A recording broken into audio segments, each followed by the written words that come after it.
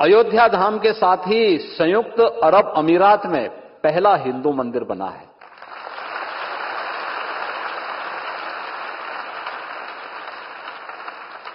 अभी गत सप्ताह ही आदरणीय प्रधानमंत्री जी उस मंदिर, उन्हीं की प्रेरणा से वो मंदिर बना है, उन्हीं के प्रयास से बना है और उसका भी लोकार्पण करके काशी में पधारे हैं। काशी तो मंदिरों का ही शहर है। अब काशी की आभा वैश्विक मंच पर किस रूप में सांस्कृतिक रूप से बुलंद हो रही है।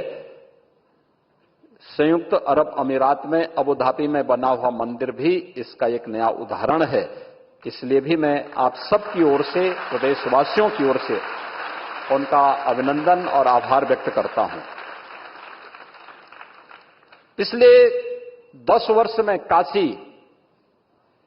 एक नए कलेवर के रूप में दुनिया के सामने आई है, अपनी आध्यात्मिक और सांस्कृतिक पहचान को बनाए रखते हुए काशी एक नए रूप में आई है। आपने देखा होगा कल रात्रि को 11 बजे भी काशीवासियों के एक लोकप्रिय सांसद के रूप में सड़क पर पहली बार आपने प्रधानमंत्री को देखा होगा कि सड़क पर अपने संसदीय क्षेत्र में रह करके एक एक विकास कार्य का अवलोकन करते हुए, कार्य की उपयोगिता को लेकर के रात्रि को 11 बजे जब दुनिया सोती है तब प्रधानमंत्री जी जग करके आप सबके हित के लिए किस रूप में कार्य कर रहे थे, या रात्रि को 11 बजे आपने रात्रि को देखा होगा।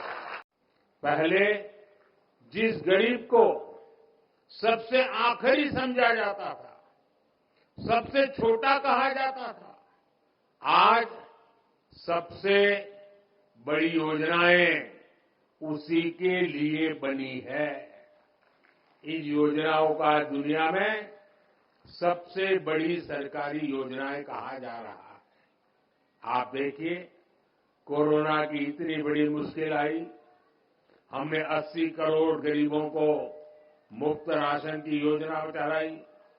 कोरोना के बाद भी हमने मुफ्त राशन देना बंद नहीं किया, क्योंकि हम चाहते हैं कि जो गरीब अपने पैरों पर खड़ा हुआ है वो लंबी दूरी तय करे, उस पर अतिरिक्त बोझ न आए।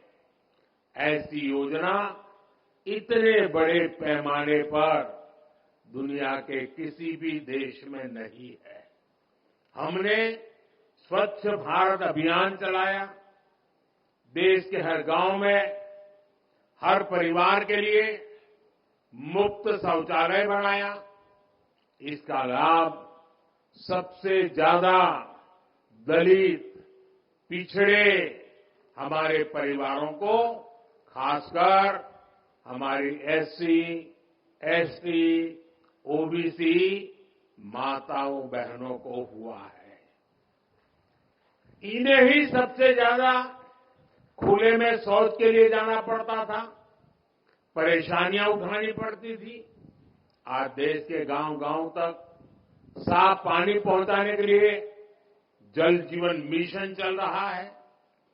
5 वर्षों से भी कम समय में 11 करोड़ से ज्यादा घरों तक पाइप से पानी पहुंचाया गया है।